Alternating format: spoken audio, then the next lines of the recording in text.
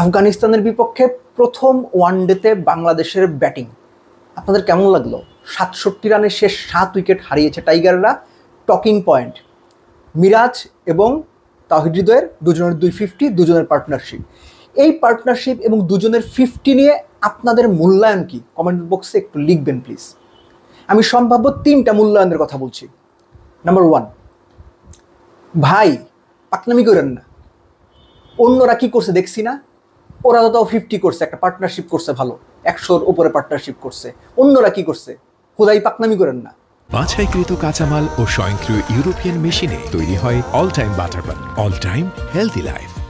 দ্বিতীয় মতবাদ, সিচুয়েশন বিবেচনায় ওই পার্টনারশিপ, ওই দুটো 50 ঠিক ছিল, কিন্তু দুজনের কেউ বড় ইনিংস খেলতে না পারা, অন্তত একজন শেষ পর্যন্ত উইকেটে না থাকা, এটা বাংলাদেশকে ভুগিয়েছে এবং এটাই হওয়া উচিত ছিল। নাম্বার 3, দয়া করে এদের এই ধরনের 50 আর পার্টনারশিপ ডিফেন্ড করতে আইসেন না ভাই। বড় টিম হইতে গেলে ওই জায়গা থেকেই 270-80 করতে হবে, এবং যে দুজন 50 করে আউট হয়েছে 60-65 স্ট্রাইক রেটে, তাদেরকে 100 স্ট্রাইক রেটে 100 করতে হবে, তাছাড়া আপনি বড় টিম হন নাই। আমি প্রথম এবং তৃতীয় মতবাদের বিপক্ষে। আমরা বড় টিম হই নাই, সো তৃতীয়টা বাদ।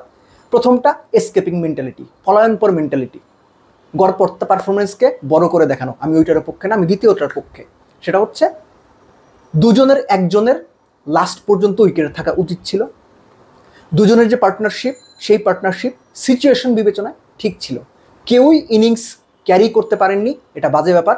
বাংলাদেশে এটা নিয়মিত হয়ে আসছে, নিয়মিত। একটা ব্যাপার খুব ঠান্ডা মাথায় খেয়াল করেন, বাংলাদেশের এই ব্যাপারটা আমি এর আগেও T20 সিরিজের সময়ও কয়েকবার বলেছি। বাংলাদেশের 4, 5, 6, 7 এমনকি 8, এই 5টা জায়গায় কোনো বাহাতি আছে শামীম হোসেন পাটোয়ারি ছাড়া? বাহাতি না থাকার ফলে যেটা হয়, অপোনেন্টের জন্য রশিদ খানদের মতো বোলারদের জন্য, আল্লাহ গাজনাফারদের জন্য, কিংবা এইরকম যারা একটু ডিফারেন্ট সর্ট অফ বোলার আছে, তাদের জন্য প্ল্যান করা খুব সহজ হয়ে যায়।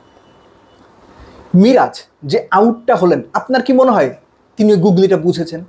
আমার কিন্তু সেটা মনে হয় না, তার কোনো ধারণাই ছিল না কি হচ্ছে। জাকের আলী অনিক, অন সিরিয়াস নোট, তিনি রান কম করেছেন, খারাপ খেলেছেন, খেলতেই পারেন, কোনো অসুবিধা নাই। তিনি আফগানিস্তানের বিপক্ষে প্রথম T20-তে কার বলে আউট হয়েছেন? রাশিদ খান। কি আউট হয়েছেন? গুগলিতে LBW। দ্বিতীয় T20-তে জাকের আলী কার বলে আউট হয়েছেন? রাশিদ খান। কি আউট হয়েছেন? LBW। তৃতীয় T20-তে জাকের আলী অনিক কার বলে আউট হয়েছেন? মুখস্থ বলতে পারবেন আপনি না। তৃতীয় T20-তে রাশিদ খানের বলে আউট হননি, কিন্তু মুজিবের বলে আউট হয়েছেন, ভেতরে আসা বলে। চতুর্থ ম্যাচ, প্রথম ওয়ানডে, কার বলে আউট হয়েছেন? জাকের আলী অনিক, রশিদ। কি আউট হয়েছেন? LBW।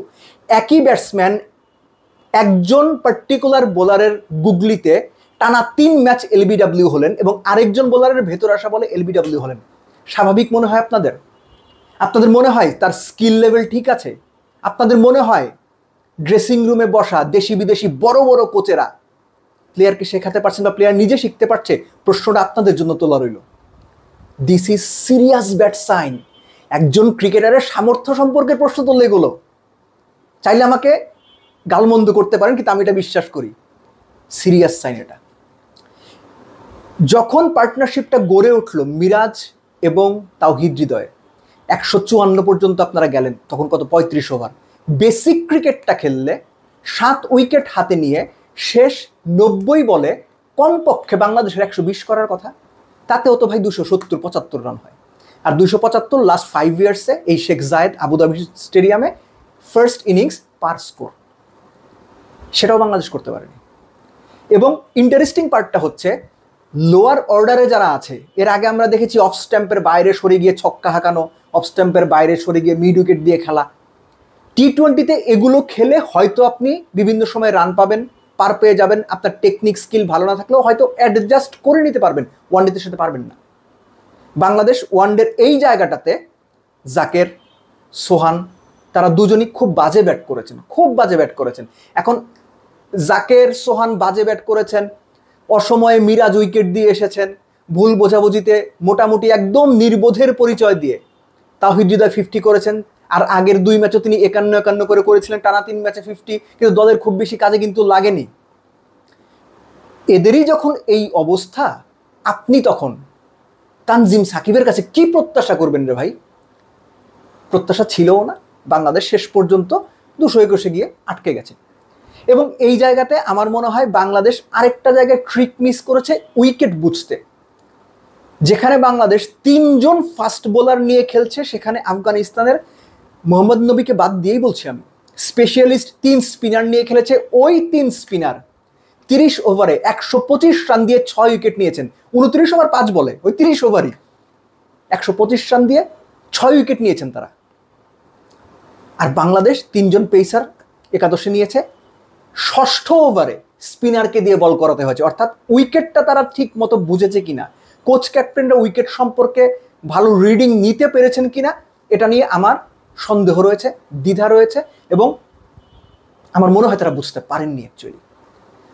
বাংলাদেশ সব মিলেই এই ম্যাচে ব্যাটিং ওয়াইজ খুব বাজে ব্যাট করেছে। শুধুমাত্র ওই পার্টনারশিপের ওই অংশটা আমি অবশ্যই বলবো সিচুয়েশন বিবেচনায় ঠিক ছিল, কিন্তু তারপরের অংশটুকু তাদের টেম্পারমেন্ট এবং ভালো স্পিনের এগেনস্টে তাদের বাজে স্কিলের উদাহরণ হয়ে রইল। যে তারা ভালো স্পিনের এগেনস্টে আসলে পারে না, আসলে গুগলিটা বোঝে না, আসলে ভেতরে আসা বা ইনকামিং ডেলিভারিগুলো তারা রিড করতে পারে না। স্পিনারের গ্রিপ রিড করতে পারে না জাকের কিংবা মিরাজরা। আপনি যাই বলেন, মিরাজ তো 10 বছর ধরে ইন্টারন্যাশনাল ক্রিকেট খেলছে, আউটের ধরনটা দেখলেই বুঝতে পারবেন এই ঘটনা আগেও ঘটেছে। সো বাংলাদেশের batting wise it was very disappointing, এবং এরকম ব্যাটিং এর আগেও আমরা দেখছি।